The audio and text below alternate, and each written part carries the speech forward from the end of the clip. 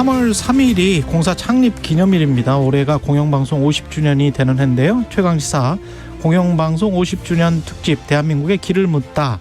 각 부처 장관, 지자체장 그리고 정치인들 모셔서 나라 걱정해보고 앞으로 우리가 나갈 길을 모색해보려고 합니다. 오늘 첫 시간인데요. 현직 국회의장 나오셨습니다. 김진표 국회의장님 나오셨습니다. 안녕하세요. 네, 안녕하세요. 예, 건강하시죠? 네, 예. 반갑습니다. 예. 지금 국회를 보는 시선이 어느 때보다 좀 따가운 거는 같습니다. 국민들 시선이. 네. 이게 어떤 제도 탓입니까? 아니면 관행 탓입니까? 정치인들 탓입니까? 어떻게 보십니까? 뭐 여러 가지가 다 결합됐지만 저는 제도 탓이 제일 크다고 생각합니다. 제도 탓이 크다. 최근에 이제 보면 작년에 정권이 교체됐는데 역대 최소 득표차로 대통령이 뽑혔죠. 그랬죠. 그리고 국회는 또 거꾸로 최대 차의 여소야대 정권이고. 그렇죠. 그러니까 여야가 한 번도 경험하지 못한 이 정치 환경 속에서 현행 선거제도는 양대 정당제도에 의한 극한 대립을 만들어낼 수밖에 없는 그런 시스템이거든요. 예. 소선거 구제도로 가니까 한 표라도 이기면 이기는 거니까. 그러다 보니까 예를 들면 여당은 여당대로 또 야당은 야당대로 무조건 5년간 야당은 뭐 협조고 뭐고 필요 없다 그냥 계속 공격만 하면 된다. 예. 예를 들면 그런 식으로 전략을 세울 수가 있잖아요. 왜냐하면 예. 대통령이 5년 단임제이기 때문에 더더욱이 이게 결합돼 가지고 그래서 이 진영 정치와 팬덤 정치의 폐해가 아주 극단적으로 나타난 한 해다. 지금도 그렇게 진행되고 있다 하는 생각이에요. 그래서 이것을 이제 해소하려면 여러 가지 정치인의 자세나 이런 것도 바뀌어야 되겠지만 가장 중요한 것은 선거제를 고쳐서 예. 유럽처럼 다당제를 전제로 해서 제 정치 세력 간에 또 수도권과 농촌 간에 지방 소멸의 문제도 해결하고 영혼원 간의 갈등도 해소하고 그런 정치 구조를 만들어야 된다. 왜냐하면 우리가 경험을 해보면요. 예. 과거의 정치 이렇게 쭉 분석해 보면 역대 정권 중에 DJ 정부가 가장 일을 많이 했다는 평가들이 많거든요. 근데 DJ 정부가 출범할 때부터 끝날 때까지 사실상 이런 연립정부의 형태였습니다. 총리가 한 번도 자기 진영, 소위 민주당 쪽 계열의 사람이 한 번도 된 적이 없거든요. 그렇군요. 네. 그래서 저는 이런 것이 가장 중요하다. 어차피 합의 정치를 해야 되기 때문에 네. 연립정부 형태가 가장 낫다. 근데 이런 의문은 들더라고요. 국민들이 양분화되고 진영화돼서 이렇게 지금 정치가 된 건지 아니면 선거제도가 그걸 부채질하고 있는 건지 어떻게 보십니까? 선거제도와 정치권이 부채질하는 측면이 저는 많다고 생각합니다. 그렇습니까? 왜냐하면 선진국으로 가면 갈수록 그 이념 대결이라고 하는 것은 지금 아주 낡은 것으로 그렇죠. 예. 변해가고 있잖아요. 예. 실사구시의 정치가 중요한 건데 그런데 정치권에서는 자꾸 이념 대결과 진영 대결을 부추기니까 예. 저는 그런 점에서도 이제 국민들의 의식 수준이 높아졌고 교육 수준이 높아져서 국민들이 그런 거에 대해서 동조를 안 하거든요. 예. 그러면 이제는 선거제도를 고칠 때가 됐고 또 개헌도 할 필요가 있다고 생각합니다. 예. 구체적으로 선거제도를 어떻게 거쳐야 될지에 관해서는 일단 국회의원 선거제도 관련해서 어떤 게 문제고 뭐 사표가 문제다. 불비례성이 문제다. 여러 가지 이야기를 하고 있는데 일단 뭐가 문제입니까? 선거제도가. 현행 선거제도는 이제 전국을 소선거구제도로 지역구를 뽑고 예. 비례대표는 47명을 전국에서 득표한 걸 갖고 나누는 형식이죠. 그런데 이제 그 한 표라도 이기면 이기는 거거든요. 소선거구제도에. 그렇죠. 그러니까 사표가 많이 나옵니다. 예. 사표가 뭐 60% 나오는 데도 있더라고요. 그렇습니다. 그런데 최근 5번의 선거를 전부 종합해서 분석을 해보면 사표 비율이 무려 48.5%. 그러니까 국민의 뜻과 그 선거의 결과가 맞지 않는 거예요. 비례성이 안 맞는 거죠. 예. 그래서 이거는 문제가 있다. 예. 그다음에 이제 한 표라도 이기면 이기는 거니까 극한적인 대립에 무조건 한 표라도 어떤지 이기냐 하니까 수단 방법을 안 가리고 상대를 폄하하고 자기를 높여서 득표하려는 뭐 그런 전략을 쓸 수밖에 없지 않겠습니까? 예. 이제 그것이 만들어내는 거대 양당 제도 그리고 한 1당이냐 2당만 살아남지 나머지는 살아남을 그렇죠. 수가 없어요. 예. 그러면 거대 양당 제도는 서로 5년 단임 대통령 5년 단임제와 결합되면 서로 극한 대립을 할 수밖에 없죠. 네, 다당제가 나올 수가 없는 구조다. 없는 구조입니다. 네. 그래서 현행 선거제도의 이런 문제들을 근본적으로 개혁해야 된다. 그리고 5년 단임의 대통령의 모든 권한이 집중되어 있는 이 헌법상의 권력 구조도 고쳐야 된다. 예. 이 이야기가 나오는 것이죠. 시기와 관련해서는 좀 이따 여쭤보기로 하고 좀 더 제도를 좀 깊게 들어가 보겠습니다. 중대선거구제를 하면 그러면 좀 완화됩니까? 어떻게 보십니까? 이 선거구제라는 게요. 예. 선거제도라는 게 굉장히 복잡합니다. 우선은 뭐 어떻게 바꾸더라도 헌법재판소가 판결한 위헌의 기준이 있습니다.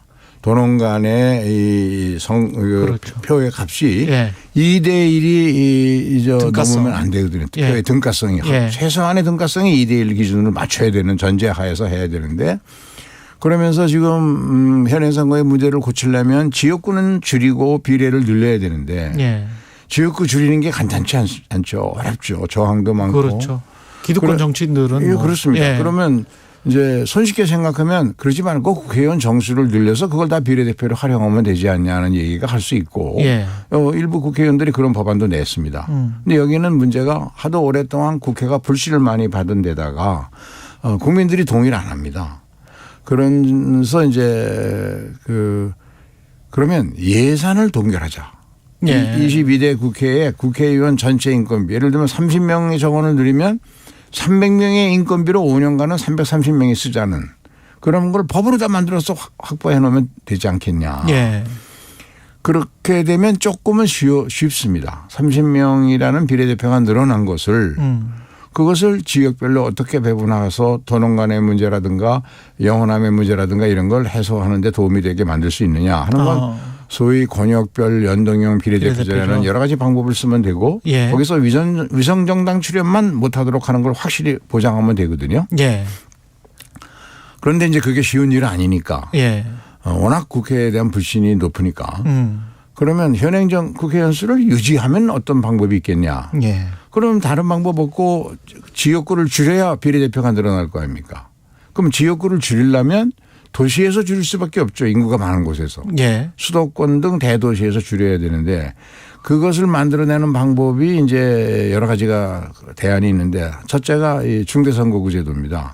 이 중대선거구제도를 전국적으로 실시하려다 보면 지금 농촌 지역은 4개 군이 하나의 선거구를 이루는 데도 많지 않습니까? 그렇죠. 그럼 그거를 중대선거구로 하면 8개 군, 뭐 9개 군, 10개 군이 한 선거구로 되면 국민들이 우리 대표가 누군지 알도 못하고 투표하란 말이냐. 이 문제가 나올 수 있고. 그렇게 되겠네요. 그에 따른 여러 가지 폐해도 생길 수가 있습니다.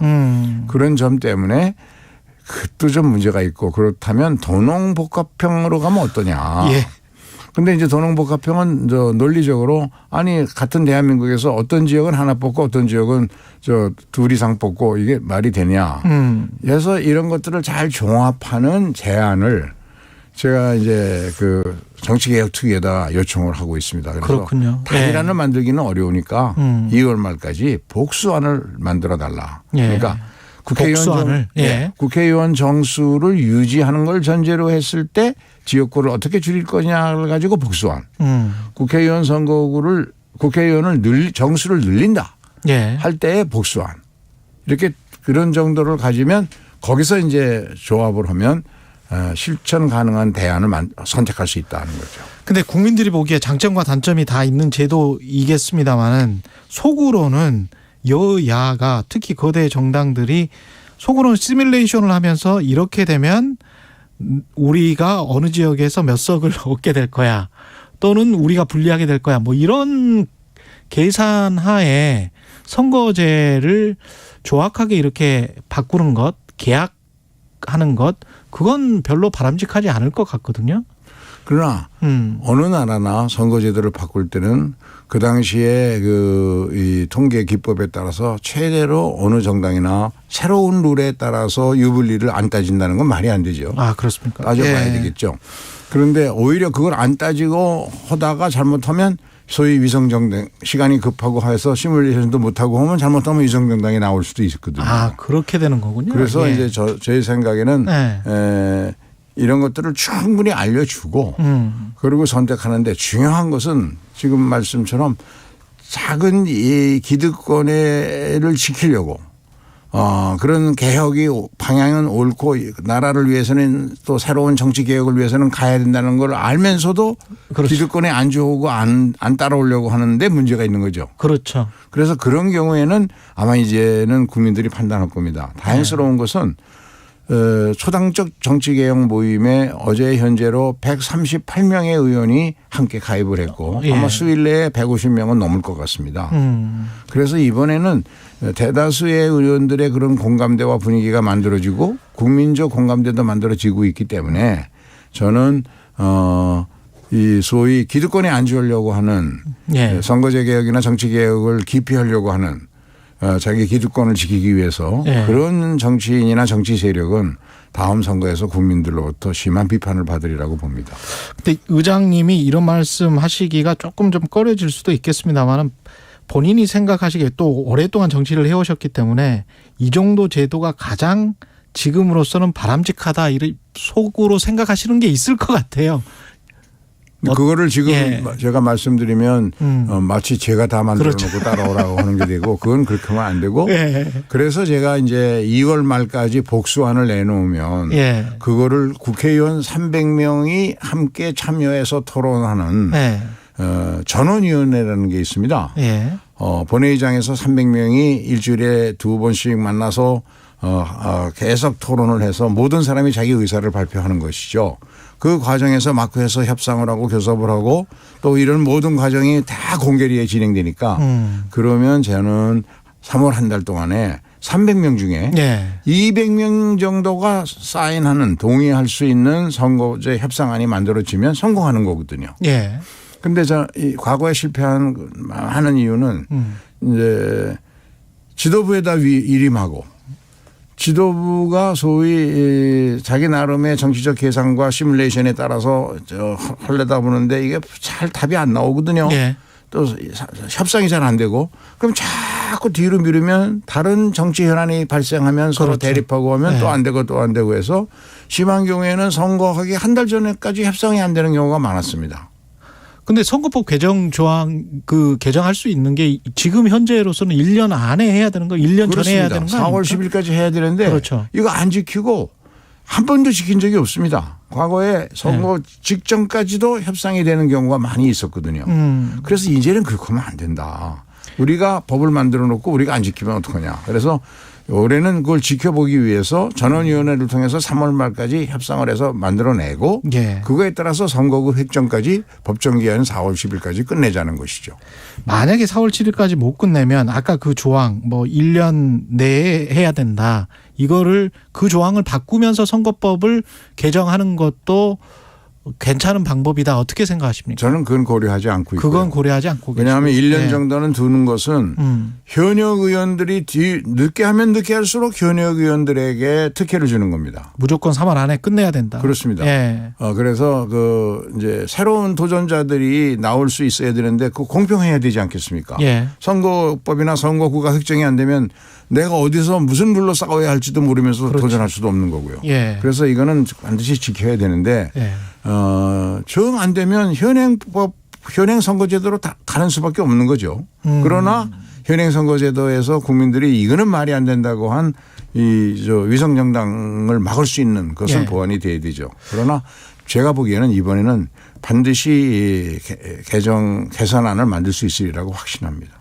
국회의장님이 보시는 최소한의 마지노선 이것만은 꼭 좀 바꿨으면 좋겠다라는 게 있을까요?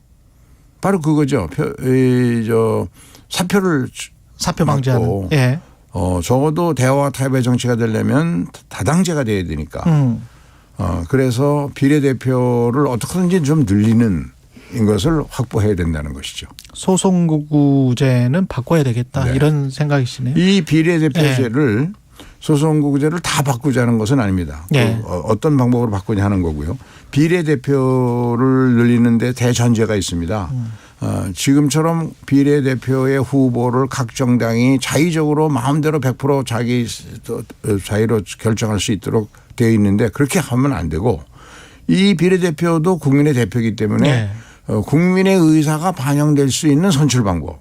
예를 들면 각 당이 추천한 비례대표들을 다른 나라에서는 국민들이 선호 투표를 합니다. 아, 또 선호 투표를 하는군요. 네, 그런 나라도 있거든요. 그래서 예. 그런 것들을 전제로 정당법을 고쳐서 그런 걸 전제로 해서 비례대표를 늘려야만 비례대표의 권한과 책임과 역할이 지금보다는 개선될 거고 그래야 비례대표를 늘리는 것이 국민의 동의를 받을 수 있을 겁니다. 대통령은 직접 만나보신 적 있습니까? 관련해서 의지가 어느 정도인지 궁금하고요. 아, 작년 8월에 예.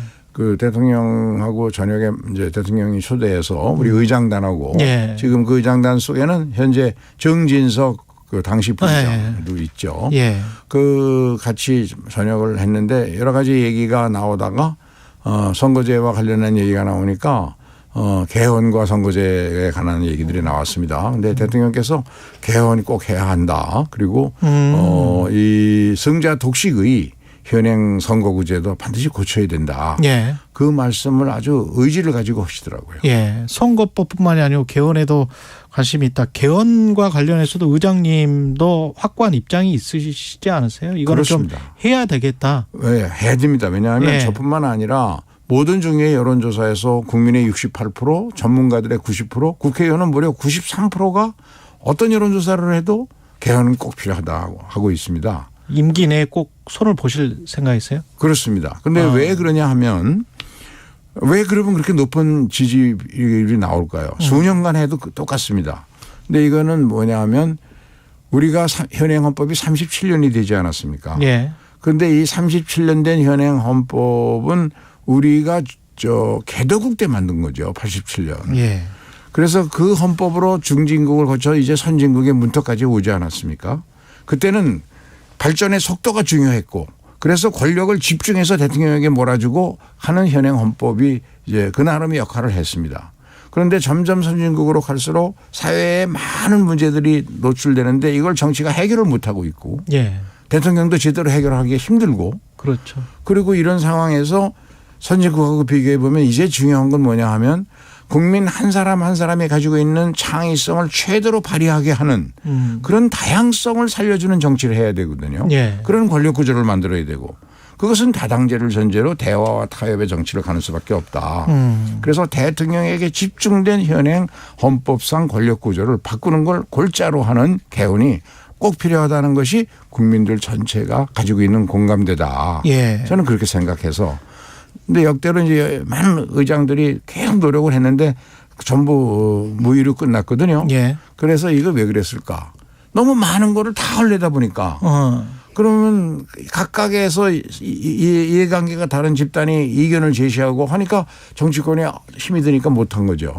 그래서 저는 이번에는 여당이나 대통령도 야당도 국민들도 그만하면 됐다 할 정도의 최소한만 우리가 선진국으로 가는데 선진국과 경쟁해서 이길 수 있는 그런 국가 경영 방식. 그러면 최소한의 권력 분산을 어떻게 하느냐. 이 몇 가지만 동의를 할 수 있는 것만 갖고 개헌하면 성공할 수 있다. 최소 개헌의 원칙으로 가야만 그 전략으로만 가야 된다. 그런데 대부분의 선진국은 아시다시피 뭐 대통령제를 하는 나라들이 별로 없고 다 의원내각제지 않습니까? 그런데 최소한의 원칙 왜냐하면 서로 합의가 안 되기 때문에 근데 이쪽 방향으로 가야 되는 건 맞지 않습니까? 의원내각제로? 이제 많은 전문가들과 또 정치인들 중에는 예. 의원내각제가 더 바람직하다는 이야기들을 많이 합니다. 예. 그러나 우리나라에서는 지금 현재 정치 여건에서는 어려운 것이 국회에 대한 불신이 모든 국가기관 중에 가장 높아서 무려 80%에 달하고 있고 그리고 이 87년도 현행 헌법을 만들 때 예. 그때 골자가 대통령 직선제였습니다.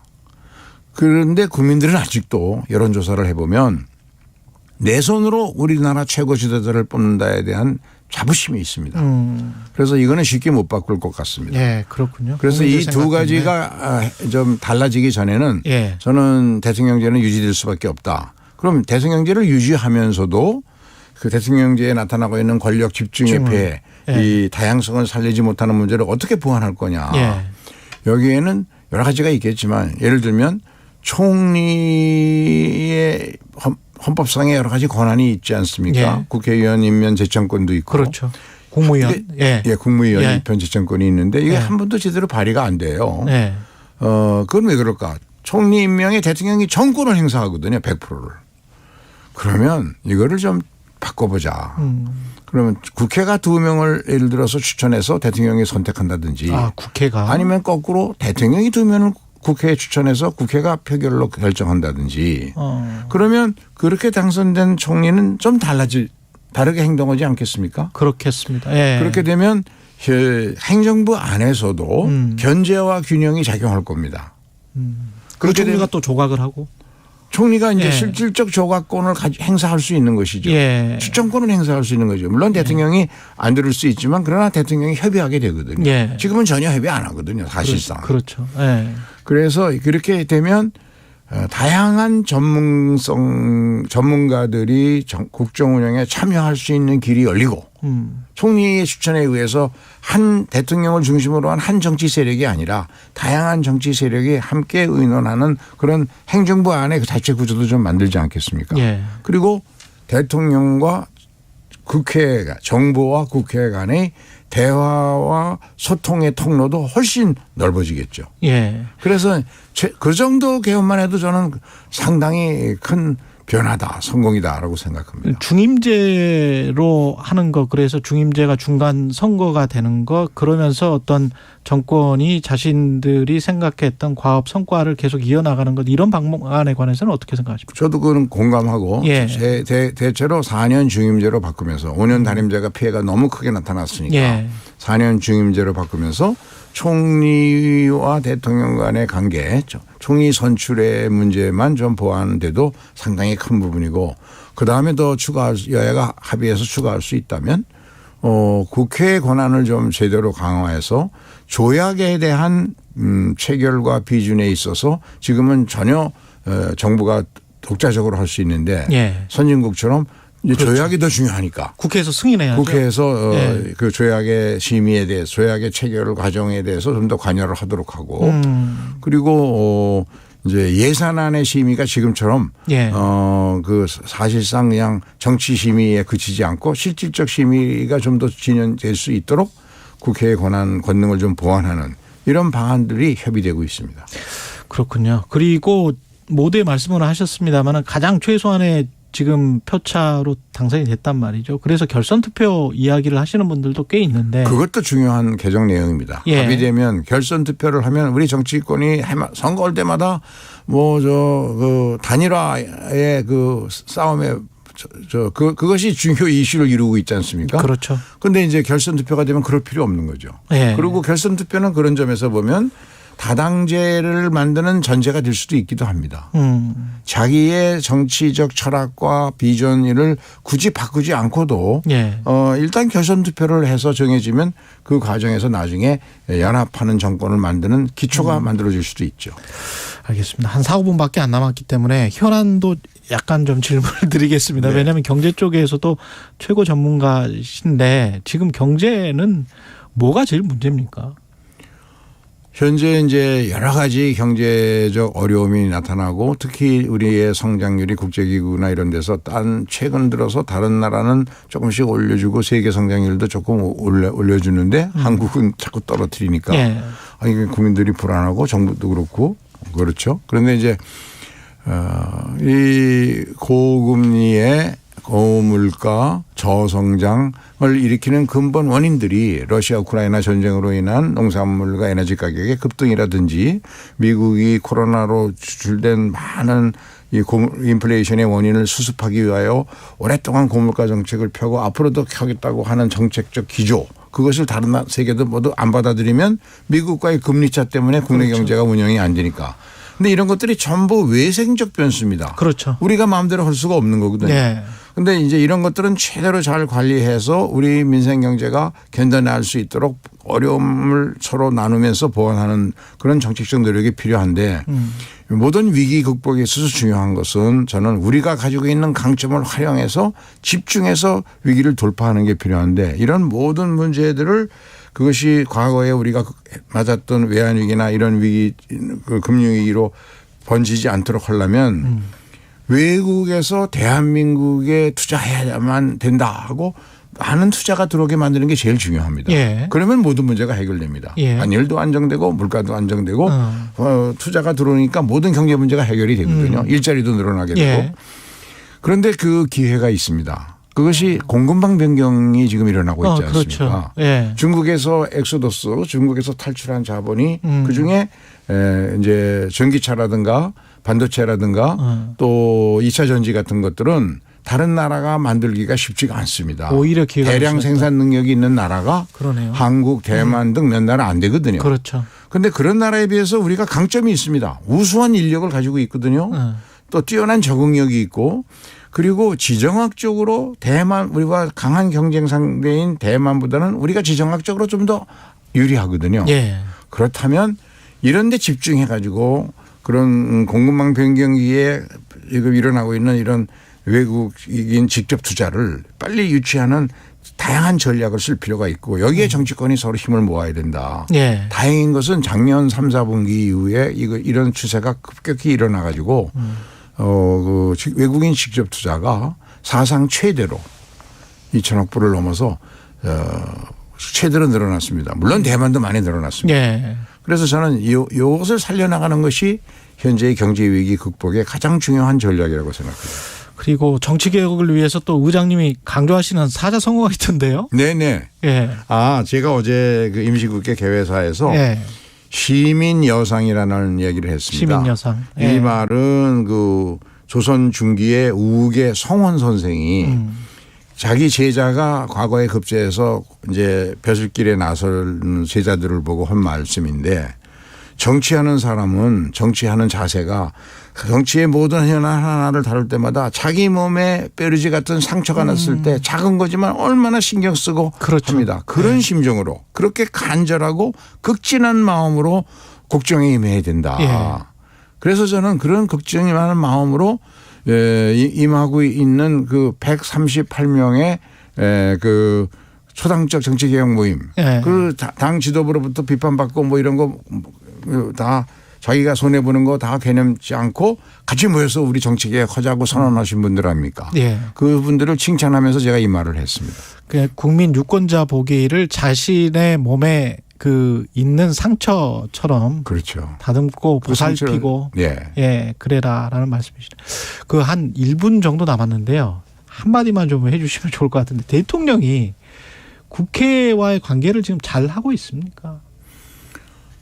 개인적으로 만날 기회가 있을 때마다 예. 국회와 대화를 하려고 노력을 하시는 것 같아요. 그런 의지를 가지고 계시고. 근데 이제 여러 가지 정치적 현재의 구조적 여건이 있지요. 예. 특히 야당 대표가 이제 그런 이제 사법 리스크를 안고 있기 때문에 예. 단둘이 만나는 데 따른 어떤 부담도 있겠죠. 예. 그러나 예를 들면 아랍에미리트 다녀오셔서 많은 그런 성과가 있었다면 그것을 공유하고 앞으로 정치권의 협조를 받아서 아랍에미리트와 우리와의 또 중동 국가와 여야 대표로 이걸 하려면 야당 대표를 각 당 대표를 전체 모아서 하실 수도 있을 알겠습니다. 거고요. 예. 다양한 방법을 지금 예. 하실 거고 대통령 여기까지 듣겠습니다. 네. 예, 김진표 국회의장이었습니다. 고맙습니다. 잠시 후 8시 반부터 일부 지역국에서